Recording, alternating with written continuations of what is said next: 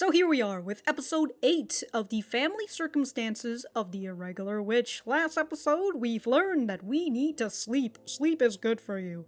And something about cookies, I think. This episode, it seems like we're going to continue with cooking, so we'll have to see how that goes.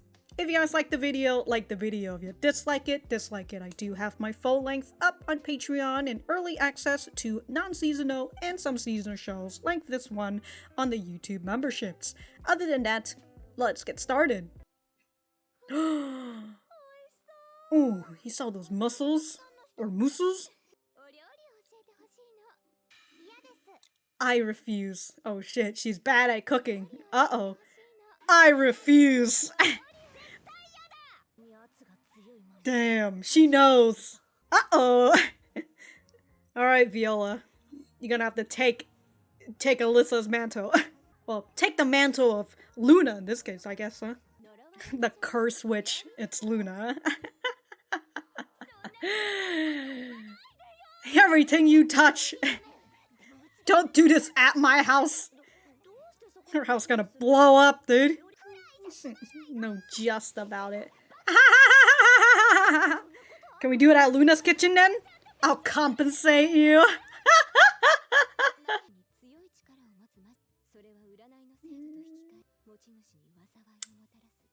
And it's cooking. Those are some thick eyebrows.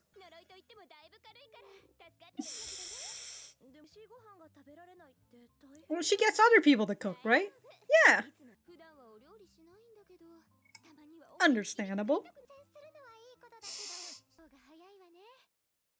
Show not tell, huh? I'll attempt to make a sandwich.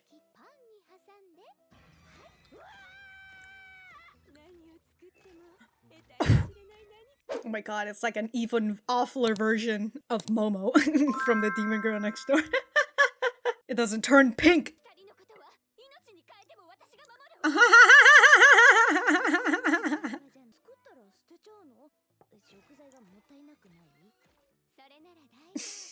You just...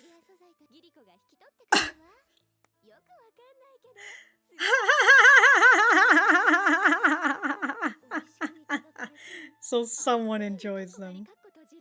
Ice cream? Oh god.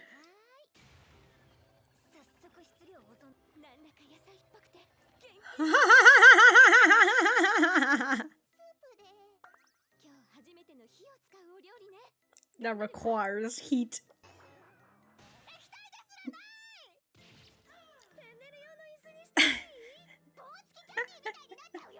That's the point!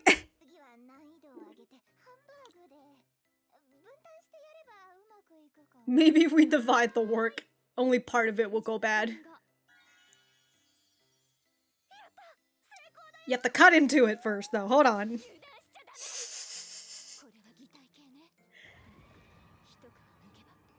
There's just the universe in there. How will that taste, though? Actually, I think that would be good if you put that in a restaurant.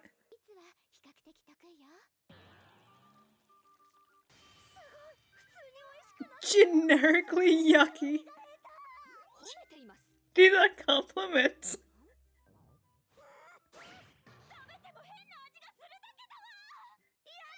You did it! Let's keep up the momentum. You're just bad at cooking.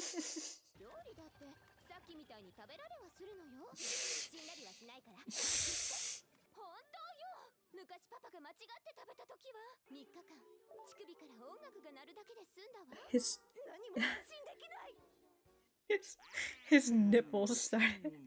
Oh, here's Phoenix. Oh my god, she's feeding the universe hamburg.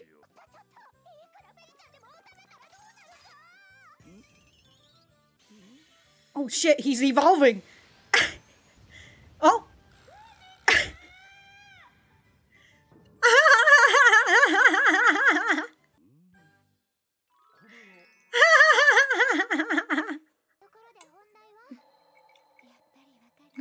She's avoiding something, huh?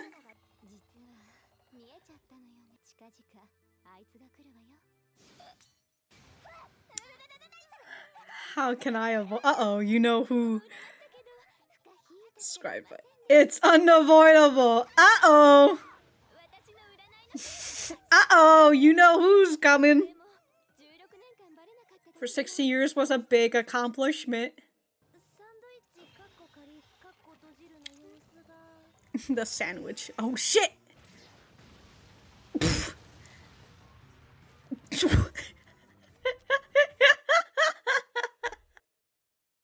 Uh-oh. You know who is coming. Keeping a secret for 16 years. That's Viola. So that's why we gotta take him to an exam. We gotta turn Phoenix back into a Phoenix. A universe hamburg. An unknown substance. Oh my god, this nurse has she has an absolute territory right there. Oh. Kicla? She's a doctor and a nurse? No! What? Whoa! It's in for now. Damn. Phoenix is like traumatized. Look at his tiny feet and his giant butt.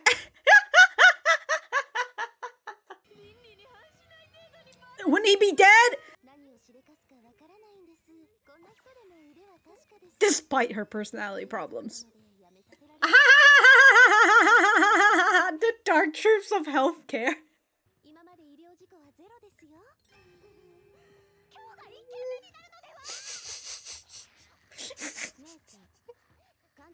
Real.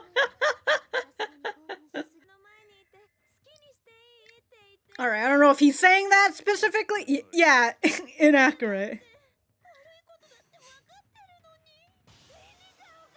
My ethics are getting fuzzy.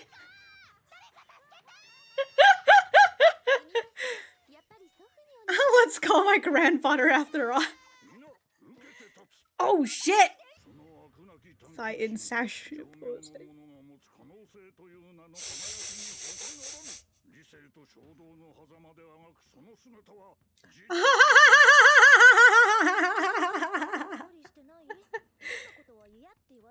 Phoenix is ready for a challenge. I will burn everything to ashes.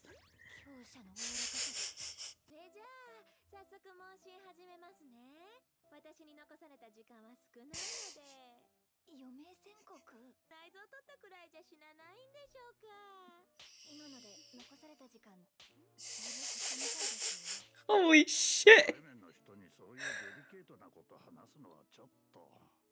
What's...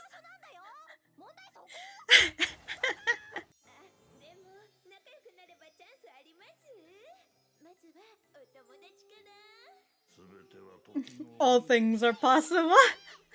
She only wants you for your body, literally. Cost his body to remake. What if we just feed him the same thing again? Wild beast out here.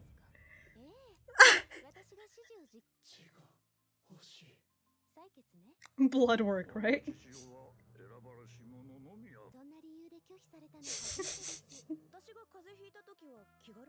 Well, it's because you are chosen. Wow.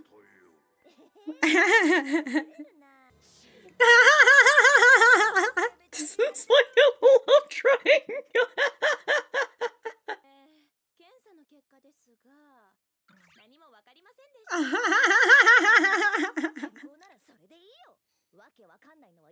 It's not like he made any sense before.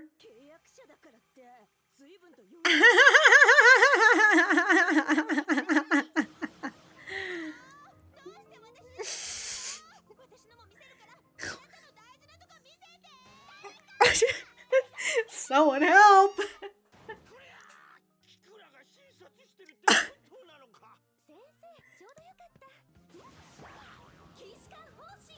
Muscle relaxing spores.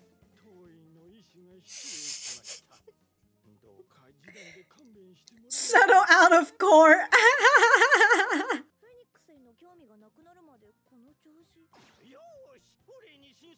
Whoa, for life!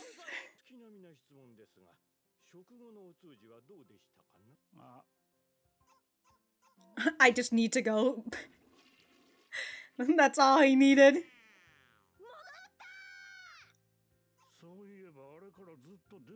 He just needed to get the fucking hamburger out of his system.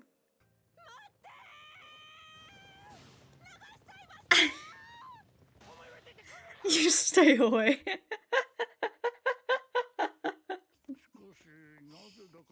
Oh my god, she's on him.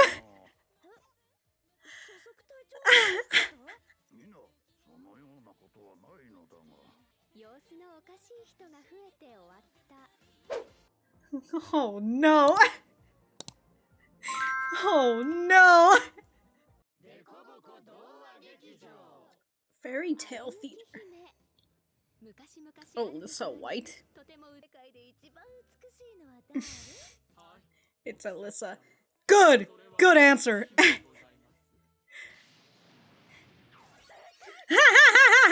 The end!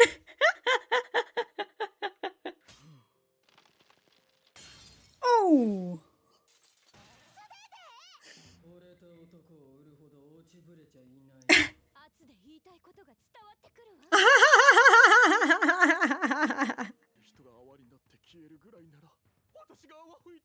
She just punches through his heart.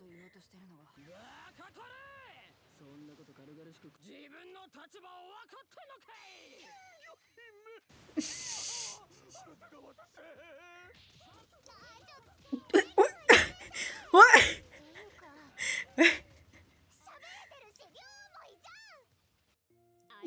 She can talk and her love is requited.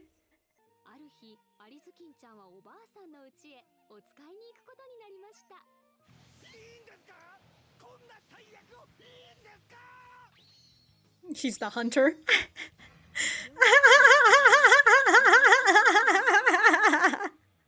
Holy shit. Take two.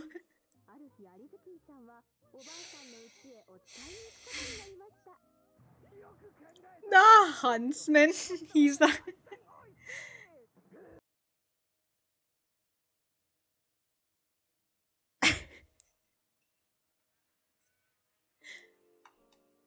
Alright, that's the end. Cool. Okay, we are going to go back to the center. Alright, so that was episode 8 of The Family Circumstances of the Irregular Witch. Let me know what you guys think about it in the comments down below. You know that I always like talking to you guys. I'm running out of breath. For me, I thought that this was a pretty good episode. As I've mentioned, if you give me more Phoenix, it is always good.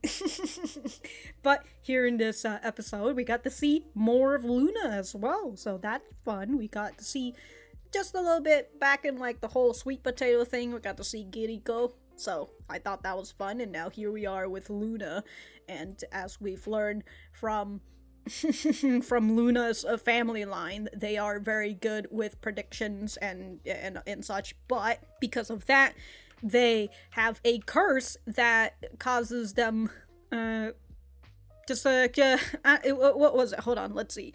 Some witches in the family are born with especially strong abilities, but because of that, they have to, but the accuracy of their predictions comes with a curse that brings them calamity. And for Luna, it's just cooking, and she's just like, yeah, you know, it's not that bad.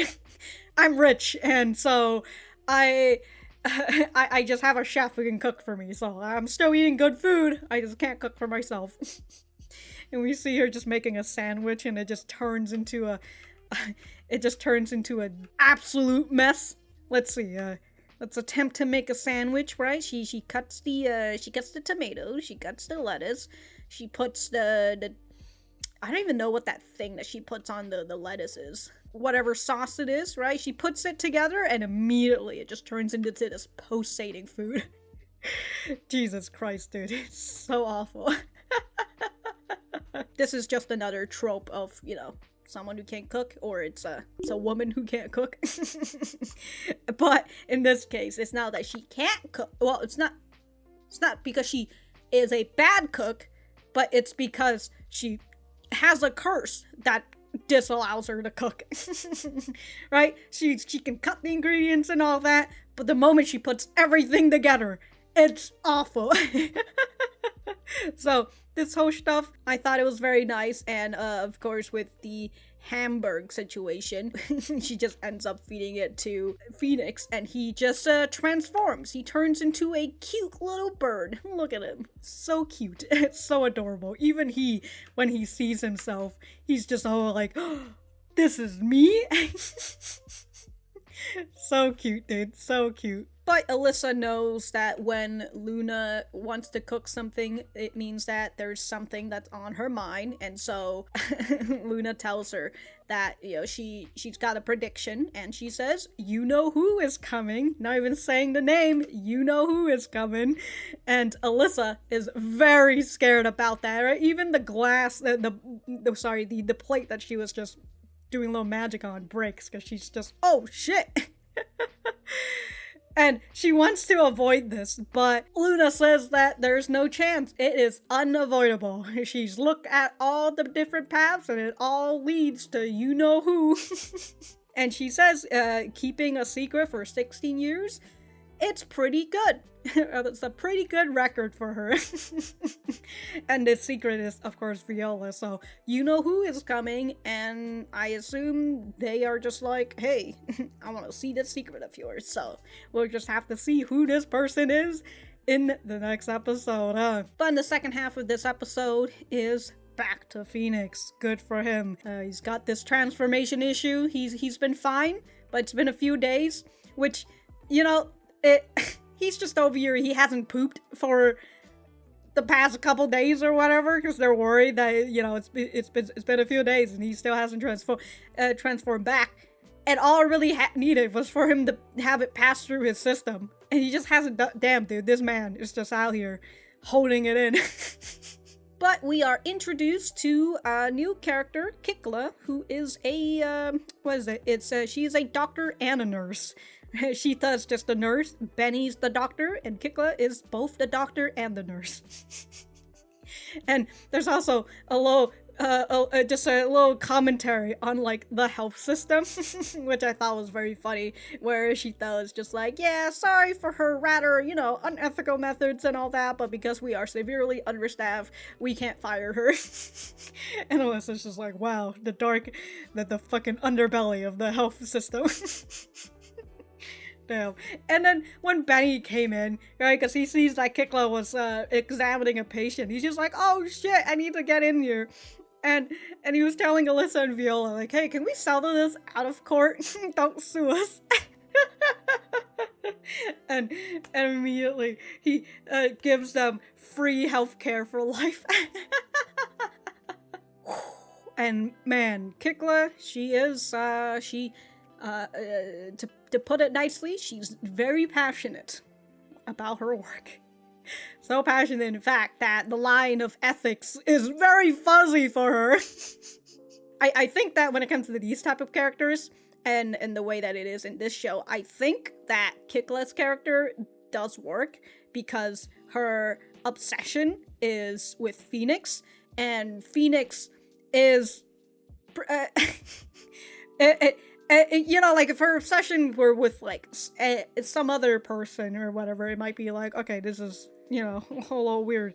But, I mean, it's still weird the way that it is. But Kicla, because her obsession is with Phoenix, it actually works, because Phoenix is, you know, in its own way, a weird guy as well. But he's also find it just a slight acceptable with the way that she sees him. Right, as he says, like, I find you amusing in the way that your passion blinds your ethics somewhere around there. I do love the scenery of the shadow over Phoenix. And he's just like, how could you guys do this to me? And Alyssa and Viola have to be like, no, we'd never sell you, we promise. It's this PTSD again of being abandoned. I can't get over how they drew Phoenix here in this picture with his tiny feet and his giant butt. I mean, that's how his form is in general, as his regular form, but his new one is just even bigger. God, he's such a thick boy. When you see him in the front, it's he looks alright, and then when you see it from this angle, it's just like, goddamn. And then we got this whole thing where Alyssa thinks it's like this weird love triangle thing, because Phoenix doesn't want to give Kicla his blood or his feathers or anything, because, well, he only does that to the Chosen, and he gives it, and of course he voluntarily gives it to Viola because she is his contractor, and so he's willing to do anything, right? He gets jealous at other birds. He wants to try and impress his contractor, his master, as much as possible. And Kicla is just so upset that here is Viola, who can just get anything that Kicla wants. So I do enjoy that whole idea of like, oh my god, this is like a love triangle or something, what the fuck? I also enjoy the interaction between Shita and Kicla, right? Shita's just like, yeah, my sister's a little fucked up, so... I do love that scene of just Shita just getting a rope and just going, pa, pa, pa. Just ready to rope her up at any given moment. But other than that, this whole scene, very comedic and all that. I enjoyed it, as I mentioned before, and that's honestly pretty much it. Other than I enjoyed it in the comedy aspect, the only thing that they're really bringing up is that they're preparing us for next episode for you-know-who, who's coming. So that was an enjoyable episode. Not too much to talk about, but perhaps we will get to talk a little bit more in the next episode for you-know-who. So that'll be fun. If I have anything else to say, I will write it in the description down below. Thank you guys for sticking around, and I will see you guys in the next episode.